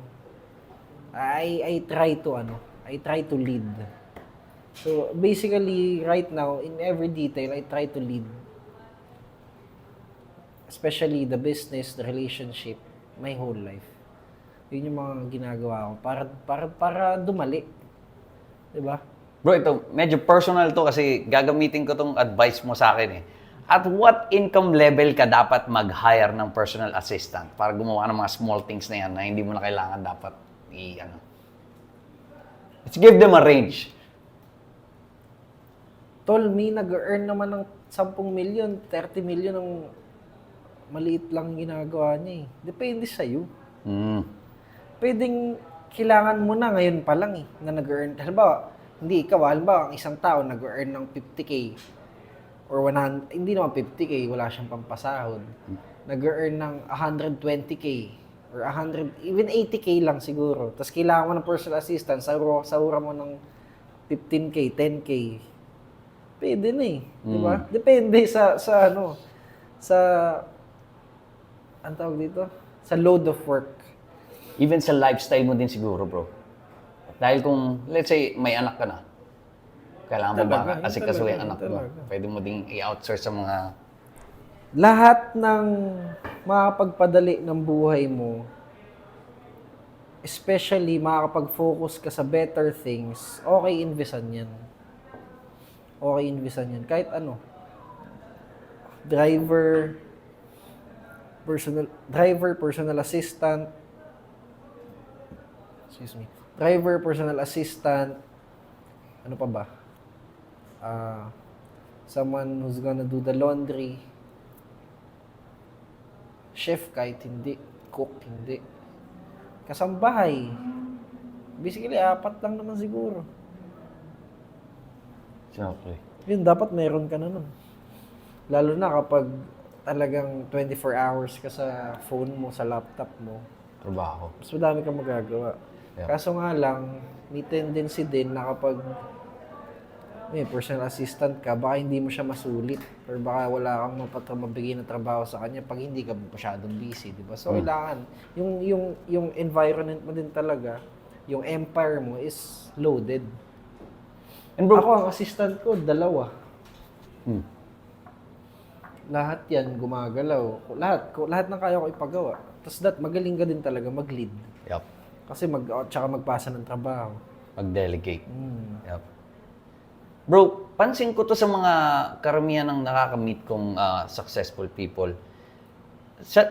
In your experience din ba, kapag pataas ka na ng pataas, nagiging parang sinusunod mo na palagi dapat yung schedule mo sa calendar. Lahat naka-calendar. Kasi lahat ng meeting, kailangan mo pagsiksikin kasi lahat eh. Ito nga ang sabi ko dyan. Ayan. Kung kailan na imaman tayo ng imaman, parang ako na yung empleyado. Ganun, tol. Pataas ka ng pataas sa level mo, sa business. Ikaw na yung napapasunod. Ikaw na yung sumusunod talaga. Literal, lalo na kapag lahat automated, delegated. Ako tol, automated lahat eh. Yeah. Marketing ko, operations ko, sa KCO, sa Socia. Personal assistant ko, boss ko yan.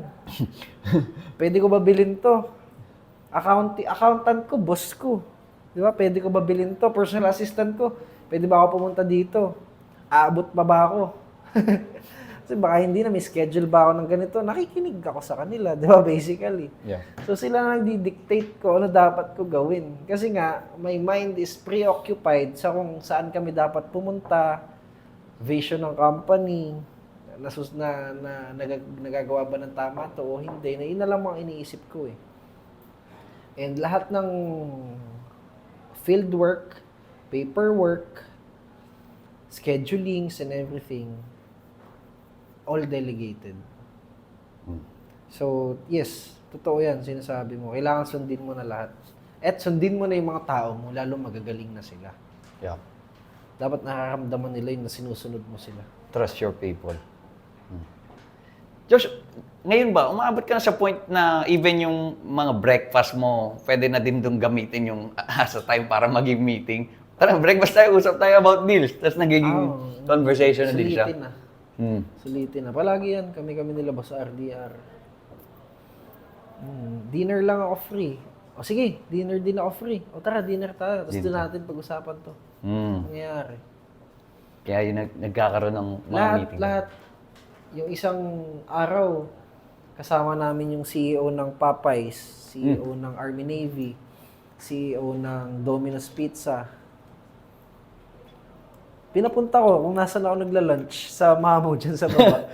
Meeting kami dapat dito. Na-late siya ng konti. Nagkaroon ako ng free time around 30 minutes kasi malilate siya ng 30 minutes. Kain ka na lang. Tumakbo ako, kumain ako, umabot siya. O dito na lang, ganun. As in, super, our time is really valuable. So, why waste it? Why spend it on people na wala namang mission sa'yo, kundi sayangin lang din yung oras mo. That's why we choose the people who we F with. Josh, bago tayo mag-dive sa last topic, gusto ko lang na-curious lang din kami. Mabilisan yung podcast namin. Nag-chat sa akin si Ace kanina. Set, go, bam. Kapit-bahay ko lang si Josh. Bam, set up. Pero nagtataka kami, after 2 long years, kasi supposedly last year ata meron na tayo na schedule na something, pero parang nagkaroon ng problem and then, okay, reschedule. And then right now, after 2 long waiting years, bakit ka ba nagpahinga after 2 years? Ano bang nangyari doon? For the first 3 years na lumabas ako sa internet, puro podcast yan. First 2 years, puro podcast yan. Then yung itong last 2, wala akong tinanggap na podcast as in ever. Why? Kasi ginawa ko mo ng interesting yung buhay ko. I've traveled, I have lived, and I can say that I have experienced the lowest of lowest to the highest of highest.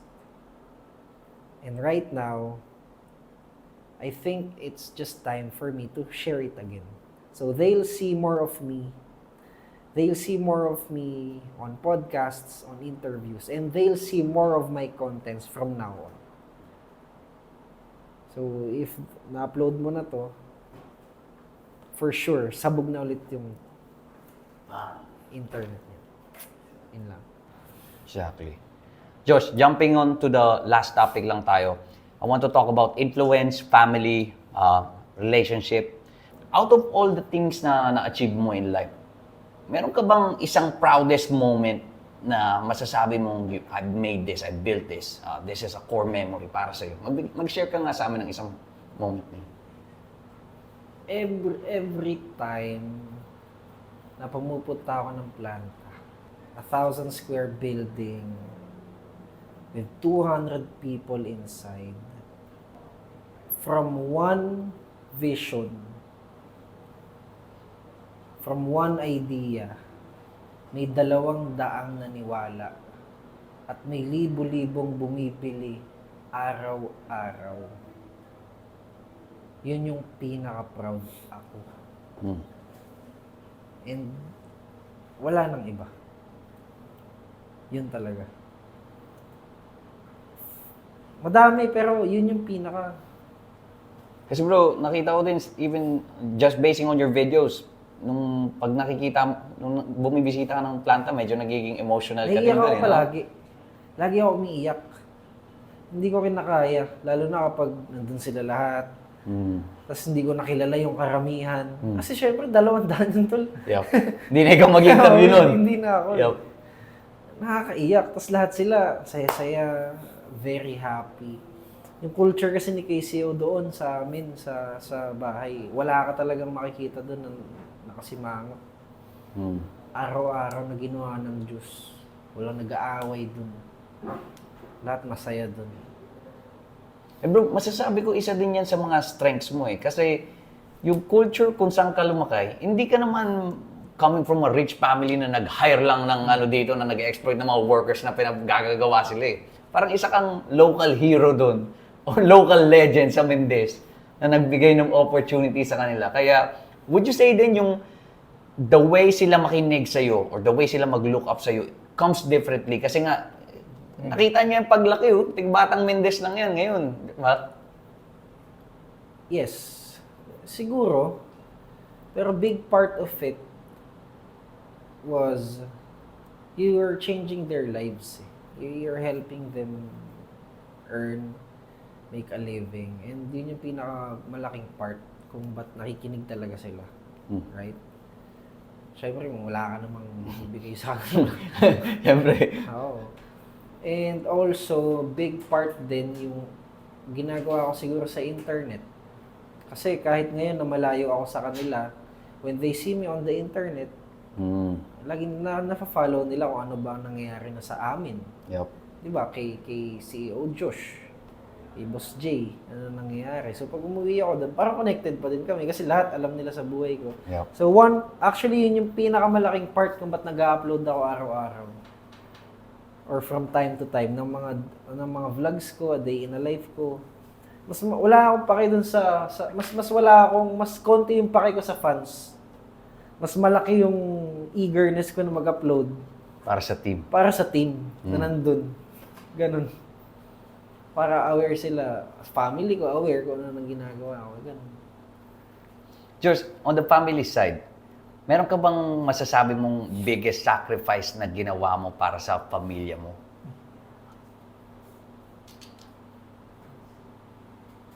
Time. Time with them.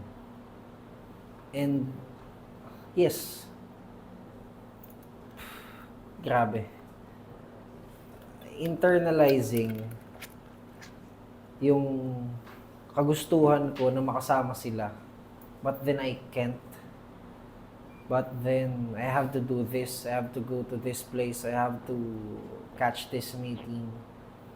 I have to miss this event sa family because I have this urgent, important business meeting time. And most importantly siguro, the biggest as a young kid is happiness. Hindi naman talaga masaya eh. Diba? Kung totoo yung parang on a mindset na masaya ba to? No, kasi hindi naman masaya yung activity na nagtatrabaho ka talaga eh. Daily. Yep. Diba? Hindi naman masaya eh. Yung behind the scenes. Ang masaya, mag-trip, Lifestyle, yun yung yeah. masaya eh, di ba? Ang masaya, ano ba, mag-basketball, ganyan, maglaro. Ang masaya, tumambay, magkwentuhan lang, maglaro nga, ganun. Yung literal na masaya, kaya nyo ginagawa kasi masaya. Yun lang yung masaya para sa akin. Lahat na hindi na masaya. So, yung happiness as a young kid na dapat ganito lang ginagawa mo, nag-enjoy ka with your family, with your cousins, spend time ka with them, di ba? Naglalabas kayo nila tito, nila tita, kasama mga pinsan. Mga ganon, yung daily lang na ganon, yun lang yung sacrifice. And bro, knowing na na-miss out mo yung mga bagay na yun and the results you've achieved now, would you say it's worth it? It's damn worth it. All of those sleepless nights, all of those sacrifices, all of those challenges, all of those days na feeling mo wala na, pero nilaban mo pa din, all of those, halos nagdadasal ka na kay Lord na sana magawa mo, tulungan ka, bigyan ka ng lakas, all of those days na namimiss mo yung mga magulang mo, yung lolo't lola mo, yung nanay mo, yung kapatid mo, those days na sana tumigil na lang lahat para makabalik ka sa inyo, makaspend ka ng sobrang solid na quality time with them for a year. Worth it lahat naman ng yun sa buhay na nabigay mo sa kanila. Ngayon, nasa Vietnam yung buong pamilya ko. Saya, di ba? Sarap ikwento. Kung lalaki ka and you're a G, na you know what's your responsibility and your duties. Protect and provide, make their life easy. Masaya ikwento yun. Pero kung ikaw yung anong lalaki na nakakaingit, nasa ibang bansa sila mama. Sana all. Sana all. Ulul. Sana all nagsasabi mo dyan. Diba? Ako, mag-travel pa kayo. Iwanan nyo ako kahit isang buong taon. Basta masaya kayo. Kahit dyan na kayo tumira, gasusin mo yan, ubusin mo yan. Ganun ako lagi sa lola ko. Ito, number 1 tip, kung may mga lola at lolo pa kayo, yabangan nyo. Exactly. Sagad, kahit hindi na totoo. Di ba? Yung parang exaggerate nyo yung saya ng buhay nyo ngayon. Yeah. Ganon. Yeah. Lola, alam mo ba, ganto, ganyan. Bigay nyo sa kanila yan. Kailangan nila marinig yan. Sa lahat ng paghihirap na naranasan nila. 70 years old, 65 years old, 60 and above, isagad nyo yung achievements na pagkikwento. Kung matanda ka na tol, huwag ka na magkwento ng mga drama dyan. Bigyan mo ba ng problema, ang tandaan na ng mga magulang mo. Dapat puro saya, puro sarap yung kinikwento mo dyan. Yep. Bigyan mo ng pera. Spoil mo talaga. Exactly. Para makuha nila yung sarap ng buhay. Kahit papano, bago sila mawala, maranasan nila. And bro, isa sa mga nagustuhan kong quote din galing kay Tate, like, kapag yung saya mo, kapag masaya ka, masaya na din ako. Yung mga nasa paligid ko by providing happiness to other people, yun na yung way ko maging masaya. Like, akin na yung pain, akin na yung problems, akin na yung lahat. Pero kapag masaya ka, okay na ako. And another thing, even sa mga pruweba to, para sa mga dads, ano bang mga nare-receive ng tatay kapag sa Christmas? Socks. Pero kapag pagbibigay sila ng bikes, iPhones, etc., pero masaya na sila dun. Yes. Okay na kami. Basta masaya kayo. Parang gano'n. Totoo yun eh. Diba? Pain is mine, happiness is yours. Sorrow is mine. Ano ba yun? Basta yun. But you are mine. Sabi nito. So, if you're the captain of the ship, it's just necessary that you have that you require the authority.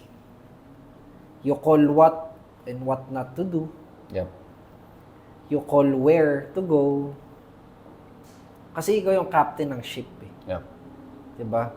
Paano ako makakapag-lead kung hindi mo ako sinusunod?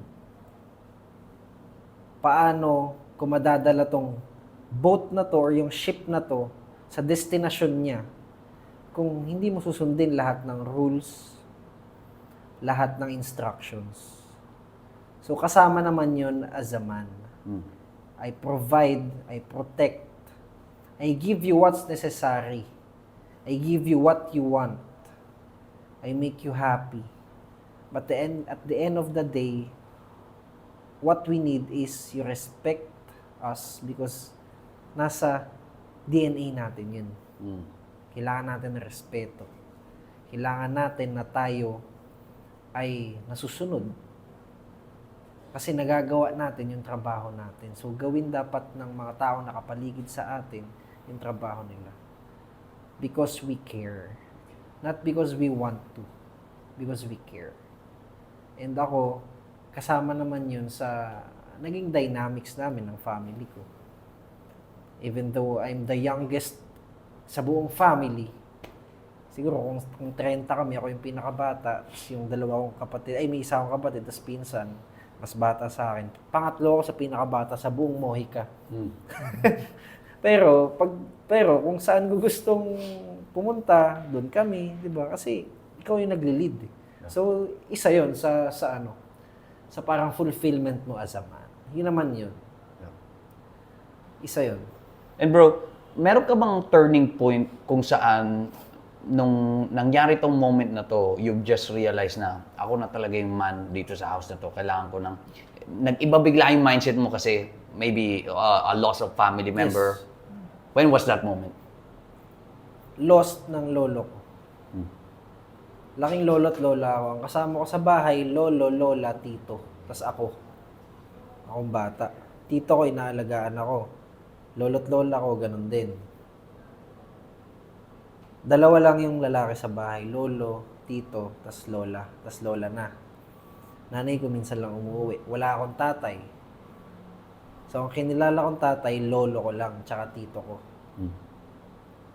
Nawala yung lolo ko. Nagnegosyo na ako. Tito ko, hinire ko sa negosyo. Kasama kami. We're working together. Nawala din yung tito ko. After a year. Kung saan okay na si Casey, biglang nawala yung tito ko naman. Namatay din siya, bro. Yes. Dalawa sila.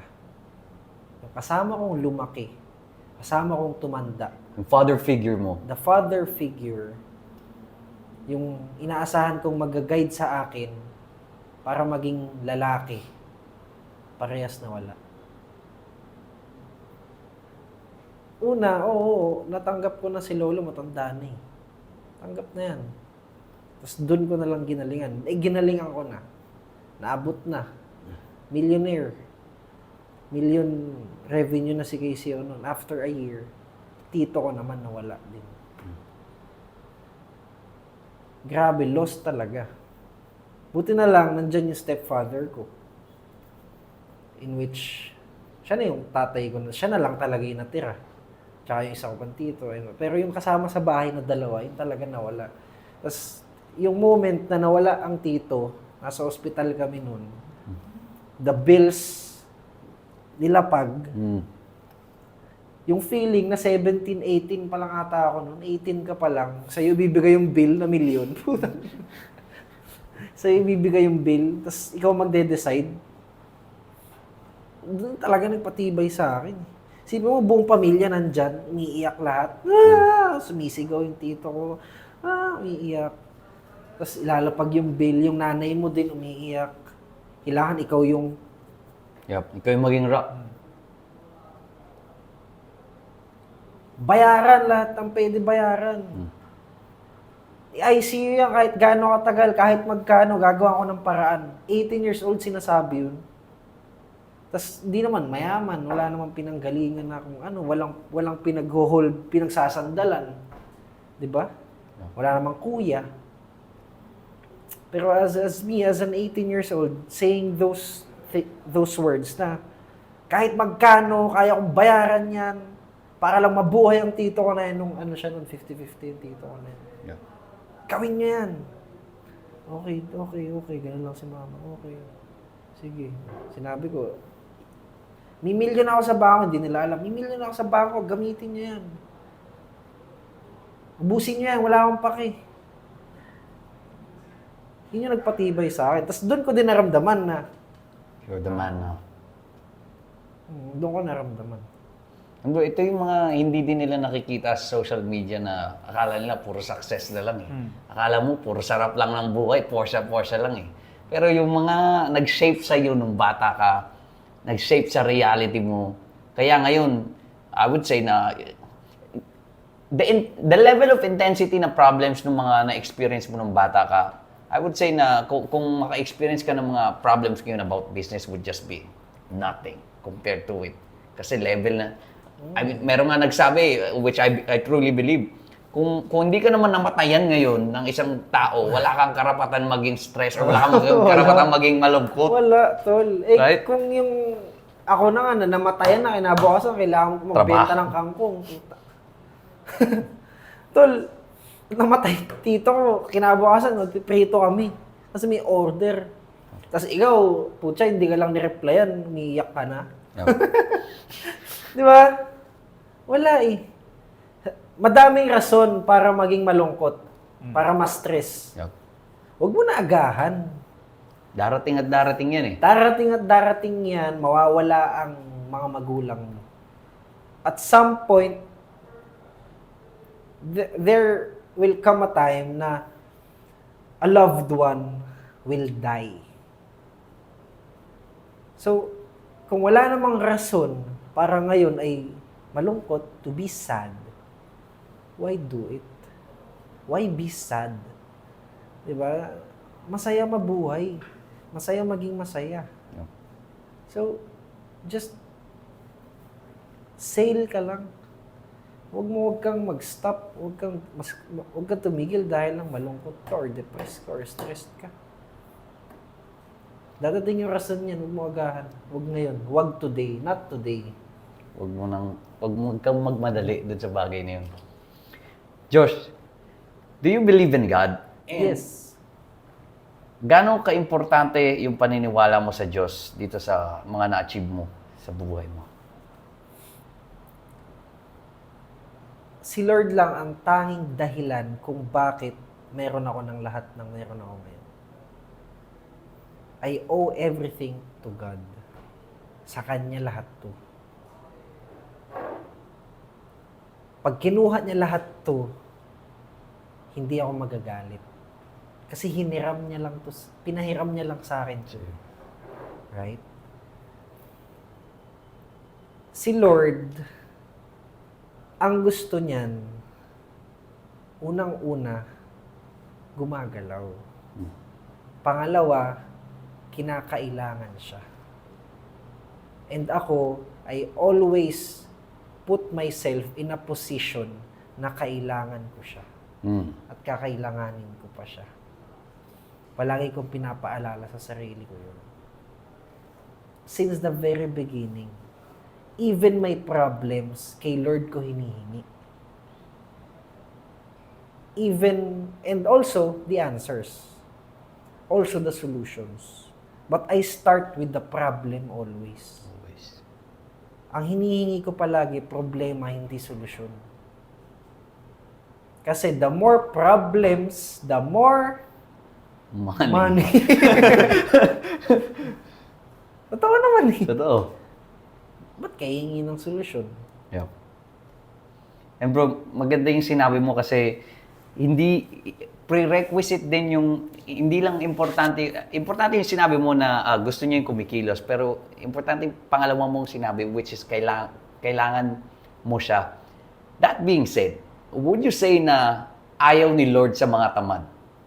Galit si Lord sa tamad, tol. Kawikaan 13:4. Ang taong tamad ay hindi makukuha ang kanyang hinahangad.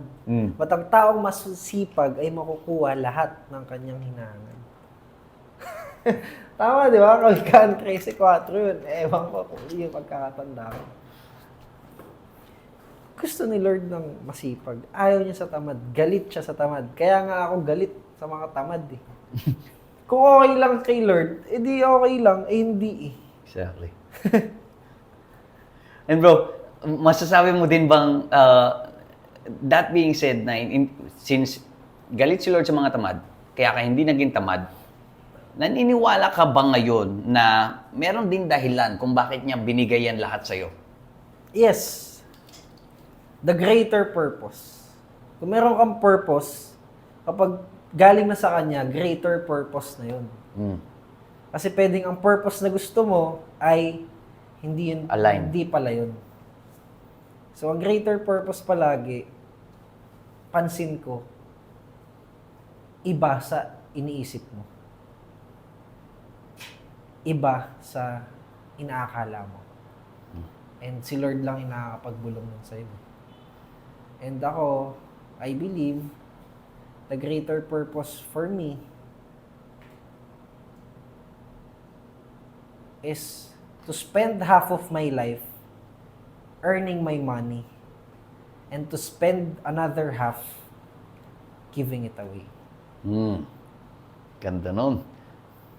Yun ang tingin kong greater purpose ko.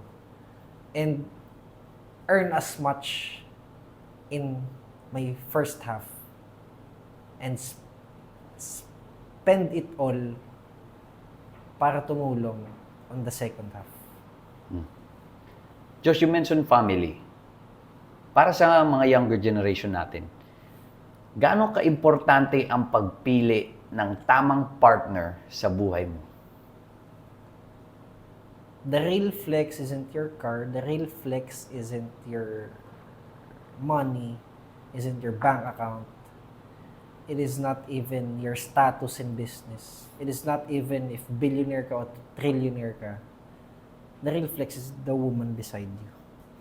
Yun talaga. I strongly believe. Why? Ganito na lang. Pagising mo sa umaga, pagmulat mo, sino kasama mo? Woman mo. Partner mo. Pagmulat mong ganyan. Di ba? Paglingon mong ganyan, sinong nakaharap sa'yo? Partner mo. Pag may problema ka, sinong kasama mo? Partner. Pag masaya ka, sino ang gusto mong spend it together? Yup. Lahat eh. Sino ang magdidictate ng mood mo ng buong araw? Oh, sino? True. Partner mo. Partner mo. Kaya mo ba na hindi talaga isipin yung partner mo? Hindi din. Kahit gaano ka pa ka-G. Di ba? Kahit gaano ka pa kalaki katawan, kayaman, katikas. Pag nag-away kayo ng partner mo, nandito, hindi nawawala. Meaning, it dictates your quality of life. Hmm. The person you choose to be with, your woman beside you, it dictates the quality of life mo as a man. So, sobrang importante. Sobra talaga. 100%. Even your future. Kapag sinusuportahan ka, kapag ginagawa ang dapat gawin and align sa mission, maaabot mo talaga lahat. Greater heights palagi. Kasi ang babae ay multiplier. Hmm. Dapat na multiply niyan ang focus mo, ang disiplina mo, ang health mo, na multiply niya into good health, na multiply niyan ang savings mo, right? So, they are multipliers. And nasa nature nila yun. Dapat lahat ng binibigay mo dyan, nagmumultiply. Bro, do you agree as well with the statement, a man is a reflection of his woman? O baliktad yata yun eh. A man is a reflection of his woman. May ganun ba? Tingin ko, partly yes, but Because at the essence ng relationship, mini-mirror ka lang ng partner mo eh. ganun. So, a woman is a reflection of, Baliktad pala ako. parang ganun. Oo. Depends. Depends on, may ano eh, may parang, paano ko ba sabihin to? Partly yes. Diba? Halimbawa, kung paano ako magmahal as a man. Pag nagmahal ako, it's not about what you can do for me. It's about what we can do together. Pag nagmahal ako, it's not about what I wanna feel.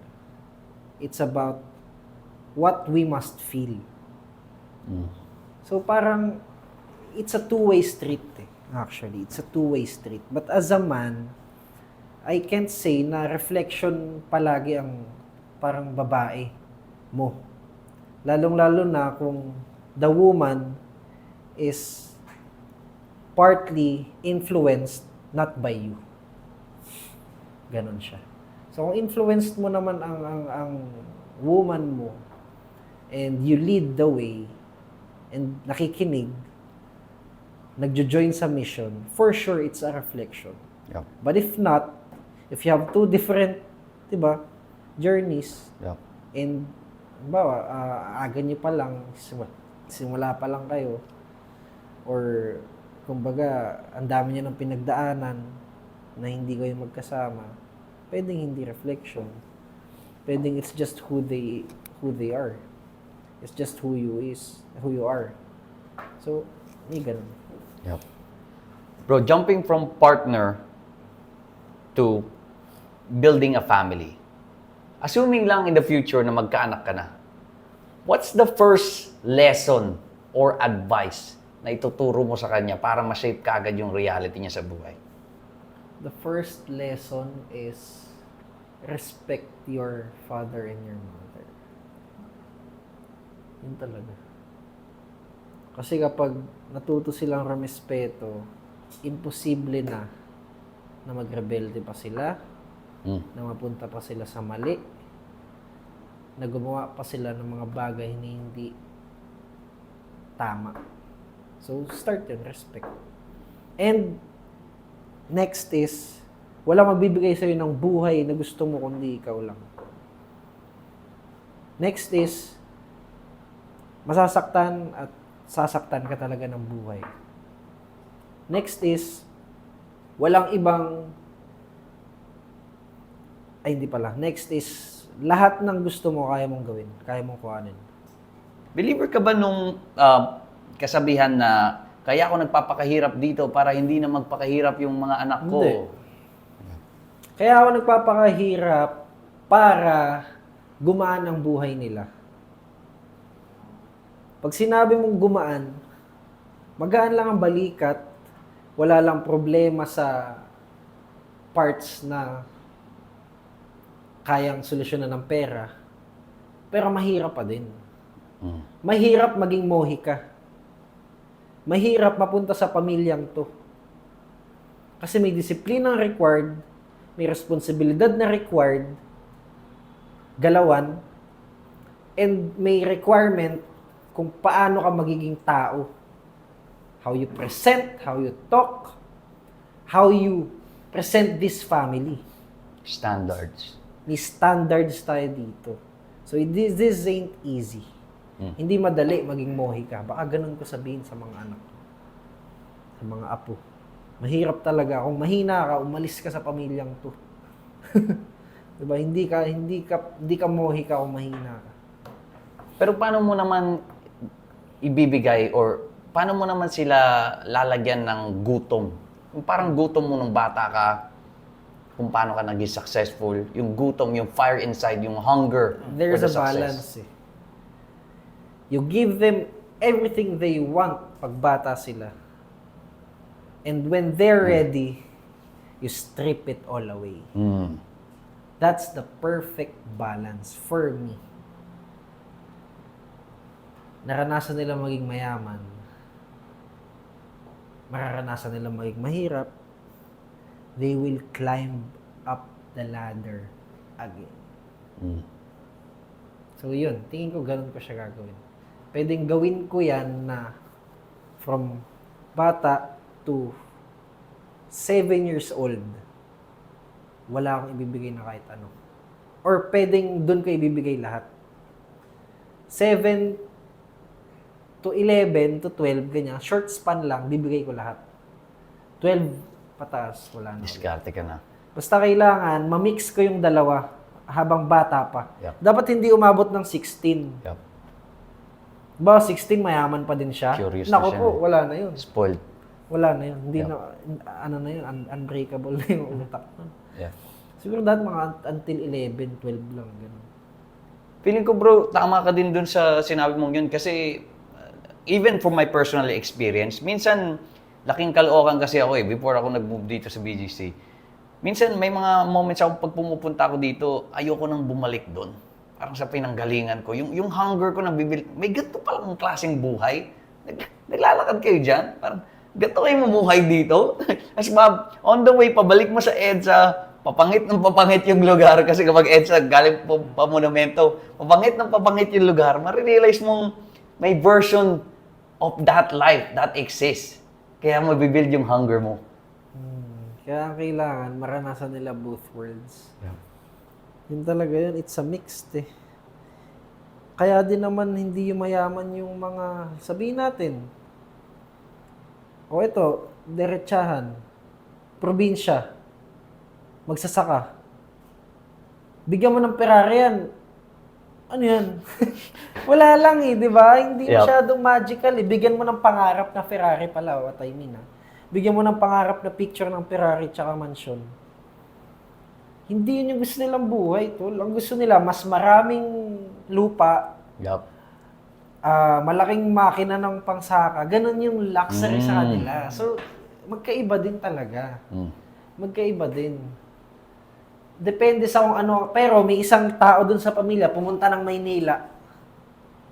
Nakakita ng, may building. May ganito. Pwede ka palang umorder sa ganitong grab food, ganyan. Na natututo. Bumalik doon. Na-stuck ulit. Na-strip away sa kanya lahat.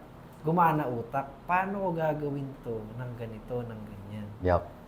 So, gagawa ngayon siya ng paraan. O, most likely siya yung yayaman. Ganon. Yup. Dapat makita mo. Iba't ibang versions, pero lahat patungo sa better life eh. Better life ng mas madaming lupain, better life na mas advanced na buhay, ganun. Josh, quick question lang. Would you rather be feared or would you rather be loved? I'd rather be feared. Fear can come from a lot of ways. Pero mas gusto mo yun as a man kaysa love ka lang. I believe that love fades. I believe that may kaakibat na responsibility para i-love ka.